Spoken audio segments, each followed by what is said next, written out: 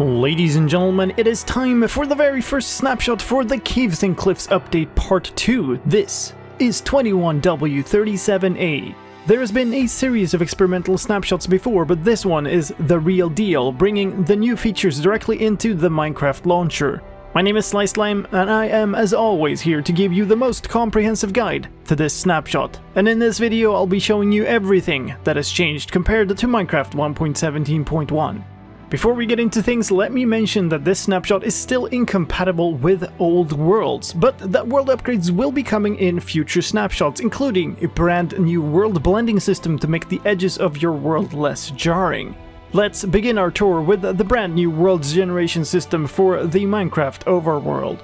The new overworld has been expanded 64 blocks up and 64 blocks down, giving a new total range of 384 blocks from -64 to 319. Underground features, structures and caves now generate all the way down to height -64, and the terrain shape and elevation varies dramatically and independently from biomes. This means you can now have forested areas that vary in hilliness, desert mountains, rolling savanna hills, and a huge number of other combinations, including exotic ones like ice spike mountainsides. In addition to that, the new mountain areas are much higher than previous terrain, reaching elevations up to 260. Rivers are wider and sometimes deeper, looking more like real rivers and sometimes even like lakes. You get taller cliffs and gorges, even canyons forming around rivers sometimes. Temperature, humidity, and other such factors now vary consistently across the entire world, so you'll tend to get cold oceans next to cold coastlines, and you're less likely to get icebergs right outside of deserts. Looking at you, Legacy SMP. All the features of the world generation also fit into this new terrain, which means that you can get absolutely spectacular villages, mountaintop pillager outposts, and so much more. The new mix of biomes and terrain is extended even further with the addition of new biomes. There are 6 new mountain biomes to begin with. Let's start at the top with the snow-capped peaks. These are smooth mountain peaks with ice and snow. There are also lofty peaks, dramatic, jagged mountain peaks with snow and stone. In warmer climates, there are also stony peaks, which are snow-free, stony mountain peaks that may be jagged or smooth. These stony peaks provide a new opportunity to get calcite, since they sometimes generate wide strips of it. In all 3 peak biomes, the only animals you can find are goats. Moving down the mountainside, we find the snowy slopes biome. This is snowy terrain that also generates powder snow that'll trap the unwary explorer. Here you can also find rabbits and goats. Another new mountain biome is the Grove. This is a snow-covered biome with big spruce trees. You'll find this biome on hilltops and beneath mountain peaks, and here you can also find powder snow. Wolves, rabbits, and foxes all spawn here. The final new mountain biome is the Meadow. This is a large, high-altitude grassland biome with lots of flowers. Each meadow tends to have its own unique flora, with lots of a certain few flowers. Meadows are mostly open, but you can sometimes find a few trees here. These trees are more likely to have bee nests than trees found elsewhere. Another thing you can find in a meadow is a village. And with villages around, you know the pillagers will be right there too. Pillager outposts can now generate in all the new mountain biomes. These biomes all work much like mountains did before. You can find emerald ore here, and if you dig down, you can also find infested stone. The old mountains biome has been renamed back to Extreme Hills, and the old gravel mountains are now called Gravelly Hills. Water springs are more common, leading to more small streams and waterfalls down mountainsides. There are also some smaller changes to existing biomes. Strips of gravel can generate in stony shores. Swamp trees can grow in water 2 blocks deep instead of just 1 block deep, giving you more variation in overgrown swamps. Small lake features are no longer placed in dry and hot biomes like deserts, savannas, and badlands, and the number of lake features placed in other biomes has been reduced. These lake features are the tiny ponds of water you'll sometimes find dotted around the overworld. And a bug fix to eroded badlands. Rivers through eroded badlands no longer generate floating pillars. Biomes have now become fully 3D, and the new underground biomes generate too. Dripstone caves contain plenty of pointed dripstone and dripstone blocks on the floors and ceilings, and small pools of water. In some places you'll find larger stalagmites, stalactites, and columns built from dripstone blocks. With this, dripstone clusters can no longer be found in normal caves, only in dripstone caves biomes. Lush caves now also generate underground. You'll find moss covering the cave floor and ceiling here, spore blossoms growing naturally, and clay pools with dripleaf plants. You'll also find azalea bushes here and cave vines with glowberries growing from the ceiling. Azalea trees grow up from lush caves into the biomes above, so if you find an azalea tree on the surface, you can always follow its roots downwards to a lush cave.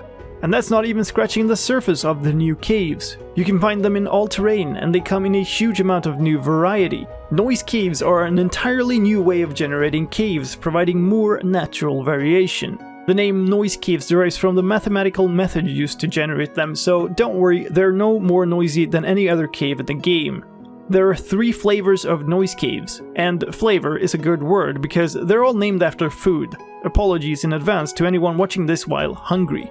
The first noise cave type is the cheese cave. These work a bit like the holes in Swiss cheese. They often form caverns of various sizes. Then we have spaghetti caves. They're long and squiggly tunnel. They can be wide or narrow, but are generally large enough to comfortably walk around them.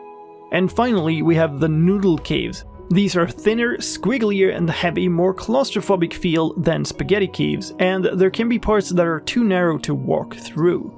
The old cave carvers and canyons still generate too, combining with the noise caves to form really interesting cave systems. All these types of caves can intersect with the surface of the world, leading to an array of new and interesting cave openings. Another new cave concept is the aquifer. An aquifer is an area with a local water level independent of the sea level. They're used during world generation to generate bodies of water inside of caves.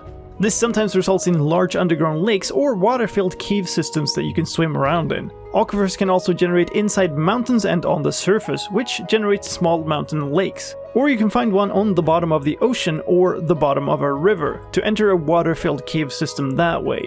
Magma blocks now sometimes generate at the bottom of any body of water, so you'll be able to find these not just in ocean ravines. They make it easier to swim around and find pockets of air to breathe in.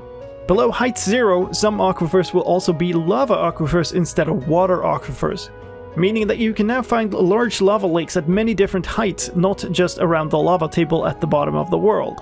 The size, frequency, and positioning of diorite, andesite, and granite generation has been tweaked to remove some of the splotchy look of cave walls. Diorite, andesite, granite, and dirt also no longer generate below height 0 at all. Speaking of that, at height 0 and below, deep slate gradually replaces all stone, and you can no longer find the blobs of deep slate that currently generate above height 0. The ore distribution has changed too in this version, in order to make mining for materials more driven by purpose, adding a skill element to mining. These changes were previously introduced in the Caves and Cliffs preview data pack, and I've made a full video covering them already that I'll link right here. Only a few changes have occurred since then, including large ore veins becoming a bit more frequent, copper being more plentiful in dripstone caves, and iron becoming a little bit more common overall. Speaking of the preview pack, if you've been playing with that, there are also some bug fixes for problems that you might have seen. These include kelp and seagrass no longer generating inside of aquifers, ocean floors now being covered by gravel again, and fixes for dripstone generating in surface lakes and dirt generating below height 0 and mine shafts. That was a lot of new cool terrain stuff. But wait, there's more stuff that isn't related to the new terrain. Before we move on to all of that, if you're enjoying this video this far, I'd like to ask you to please consider giving that like button a friendly nudge. That'll help get YouTube to recommend this video to more people, so I'd really appreciate it. Now let's get back into it and keep going with the changes to hostile mobs. Monsters now only spawn in places where the block light level is 0. If there's any form of block light in a block space, that will prevent the default monster spawning. Skylight still works exactly like it used to, however. Another change is that the maximum number of monsters spawned is now tracked per player instead of globally. That means that you won't get more monsters if more players are online on the server, but only one player is around an area where monsters can spawn. A bug meant drowned couldn't spawn in warm ocean biomes. That is fixed in this snapshot. Villagers no longer attack baby villagers in this version, and raids now end when all adult villagers have been killed. This behavior matches how villagers already worked in the Bedrock edition. Withers will now pursue players in survival mode even if you haven't attacked them, and Endermen can now take damage from being hit by a splash water bottle. Moving on to passive mobs. Goats now only spawn in lofty peaks, stony peaks, snow-capped peaks, and snowy slopes. They no longer spawn in the old extreme hills biomes. Axolotls now only spawn in lush caves. They also now have their own mob cap, separately from glow squids. Some fixes have also been done to axolotl pathfinding, so they now avoid danger when moving and will no longer fall into wide holes when trying to reach water. Rabbits can now spawn on snow blocks, not just snow layers. And horses, donkeys, mules, llamas, and trader llamas now follow players holding the correct type of food. And upside down animals now look in the correct direction when tempted by food. This snapshot also contains a few changes for blocks and items. Enchanting tables now emit light at level 7, also matching the Bedrock edition. And the new functionality for shears means that using shears on the tip of a cave vine, twisting vine, weeping vine, or kelp now causes it to stop growing. Visual changes in this version. View distance now causes chunks to load in a cylinder shape around players instead of in a square. This generally shouldn't be visible since the distance fog normally prevents you from seeing anything outside this cylinder anyway, but this change is also combined with a fix for a bug where the game client would ignore the server render distance. There's also a new video setting called Priority Updates. This setting determines which chunk sections are updated synchronously during a single frame, providing a balance between better frame rates and more responsive world rendering.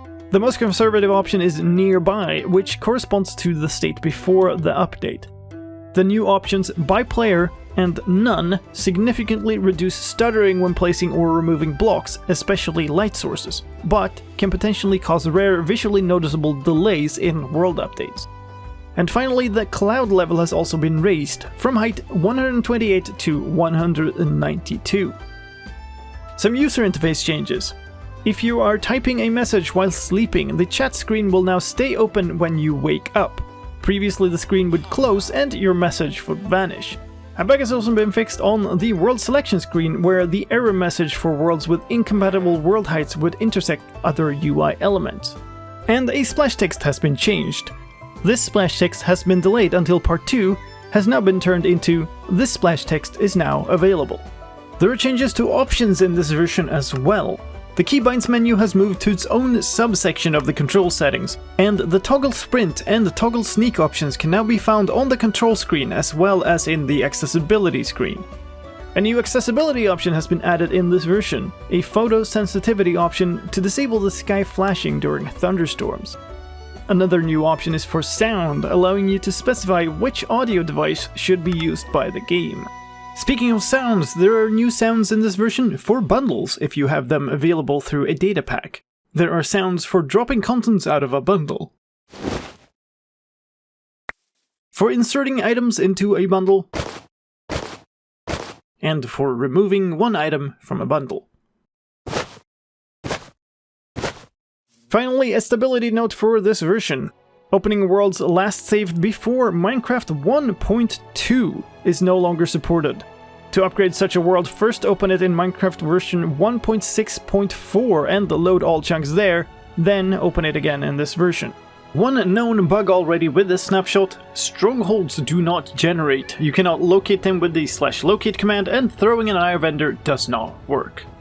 If you've played or followed the experimental snapshots, I figured I'd also include which changes from those snapshots did not make it into this first real snapshot. Those changes are the changes to mob spawning that made it no longer depend on chunk height. That was removed already in a later experimental snapshot. The change to mob spawners requiring a higher light level is also not included in the snapshot, and the changes to elytra durability and rocket boosting from the last experimental snapshots are also not included.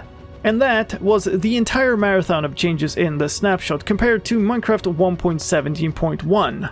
If you want to get this snapshot but you don't know how to, I've got a video for you right here. For those of you who watched all the way to the end, thank you, you're an absolute star. And if you've enjoyed this video, then maybe you'd also enjoy another one of my videos, like this one.